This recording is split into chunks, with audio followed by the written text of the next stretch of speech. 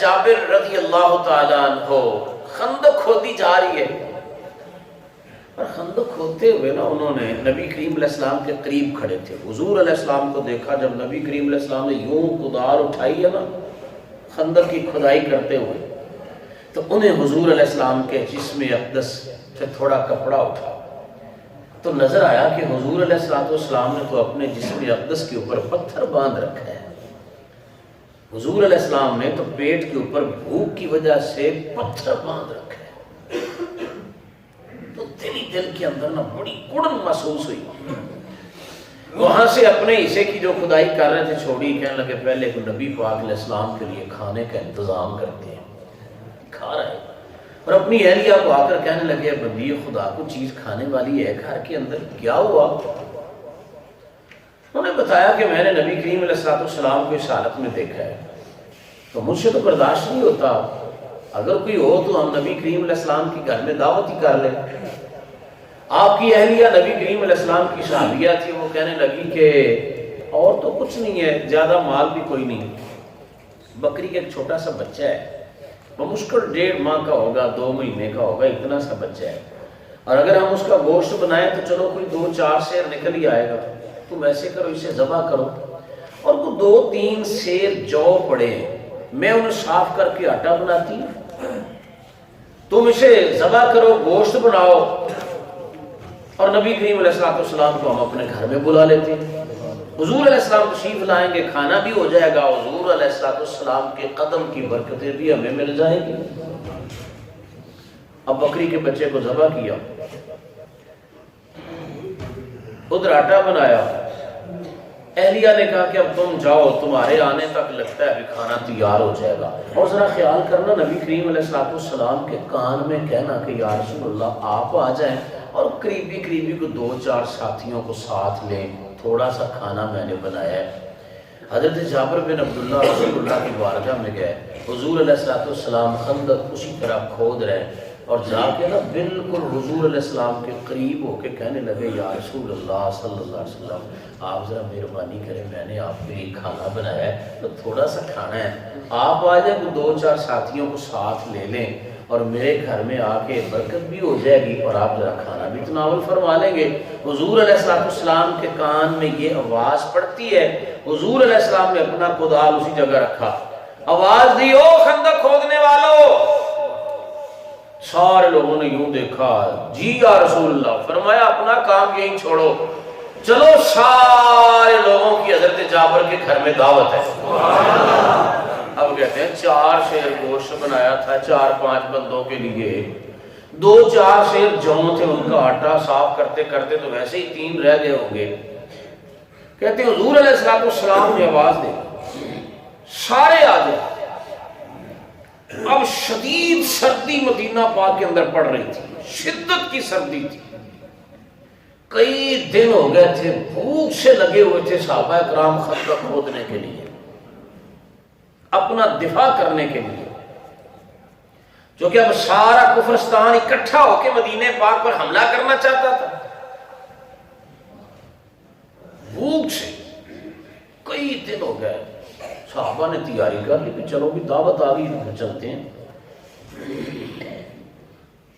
نبی کریم صلی اللہ علیہ وسلم نے حضرت جابر کو ایک بات فرما دی، فرمایا بھی گھر جا ہم آ رہے ہیں، لیکن ایک بات ذرا یاد رکھنا، روٹیاں میرے آنے سے پہلے نہیں پکانی، جب میں آ جاؤں نا تو پھر پکانی ہے، اور ہانڈی چولہے کے اوپر ہی رہے، میرے آنے سے پہلے چولہے کے اوپر سے ہنڈیاں بھی اتارنی نہیں۔ کہتے ہیں یہ بات نبی کریم علیہ السلام نے مجھے فرما تو دی، پر میرے دماغ میں تو یہ تھا بھی کہاں 1000-1200 بندہ ہے، 1400 بندہ ہے، میں نے انتظام اتنا کیا، آج بنے گا کیا؟ میں تو برکت رحمت لینے کے چکر میں تھا، آج تو رسوائی ہو گئی۔ میرا تو خیال تھا کہ سرکار گھر میں قدم رنجا فرمائیں گے، دعا ہو جائے گی، اور نبی کریم علیہ السلام شاباش دیں گے، تھپکی لگے گی بھی واہ بھائی واہ بہت اچھا کیا، انتظام کیا، تو 1000 بندہ آ گیا، انتظام اتنا صرف۔ کہتے ہیں دوڑ کے گھر آیا، سانس پھولا ہوا، پسینہ آ گیا اتنی سردی کے اندر۔ اہلیہ نے پوچھا جابر کیا ہوا؟ کہنے لگے آج تو بس نہ کام سارا ہی خراب، رسوائی ہو۔ رسوائی ہو گئی. کیا ہوا؟ کہنے لگے وہ سارے خندق کھودنے والے 1000-1200 بندے سارے ہی آ رہے ہیں اور ہمارے پاس انتظام ہے کوئی نہیں. آپ کی اہلیہ فرمانے لگی کہ تو نے نبی پاک علیہ السلام کو کیا کہا تھا؟ فرمانے لگے میں نے تو کہہ دیا تھا بندہ نواز بس اتنا سا انتظام ہے، یہ کچھ کیا ہے.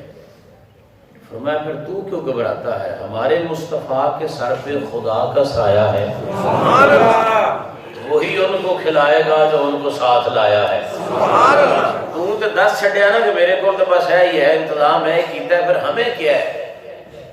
سرکار لا رہے ہیں، کھلائیں گے بھی خود.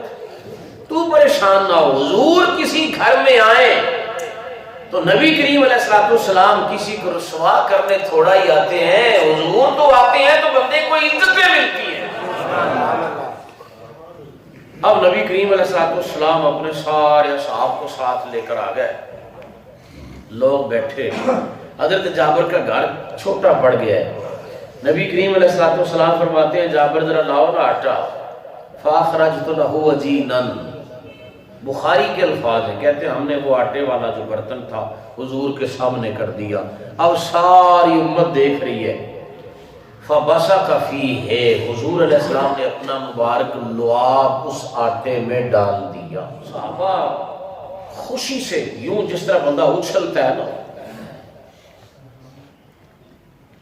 صحابہ بڑے خوش ہو رہے تھے. پوچھنے والے نے پوچھا ہوگا بھی کیوں خوش کیوں ہوتے ہو؟ کہتے ہیں پہلے صرف روٹی کھانی تھی، پہلے کھاتے تو فقط روٹی ہوتی ہے، اب نبی پاک علیہ السلام کے لعاب اقدس کی برکتیں بھی ہمیں نصیب ہو گئی. اب حضور علیہ السلام کا لعاب اقدس ہے ودعا، اور حضور علیہ السلام نے دعا فرماتی. ثم عمد الی برمتنا، پھر نبی کریم علیہ السلام نے فرمایا ذرا وہ ہنڈی بھی لاؤ ہمارے سامنے. ہنڈیا اٹھائی، حضور علیہ السلام کے سامنے پیش کی گئی. اس ہنڈیا کے اندر بھی نبی کریم علیہ السلام نے اپنی مبارک لعاب اقدس ڈال دی. سبحان اللہ. فرمایا چلو بھی اب 10-10 20-20 بندے بیٹھو، بہت زیادہ برتن تو ہے نہیں کہ 1000 بندے کو یکدم کھلا دیا جائے. آتے جاؤ بیٹھ کے کھاتے جاؤ، جو خوب سیر ہو کے کھا لیں وہ ادھر چلے جائے، اگلے 10-20 آ کے کھائیں گے. حضرت جابر بن عبداللہ فرماتے ہیں لوگ آتے گئے کھاتے گئے آتے گئے کھاتے گئے.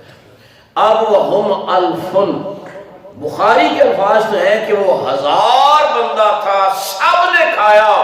حتی ترکوہ، کھانا پھر بھی بچ گیا.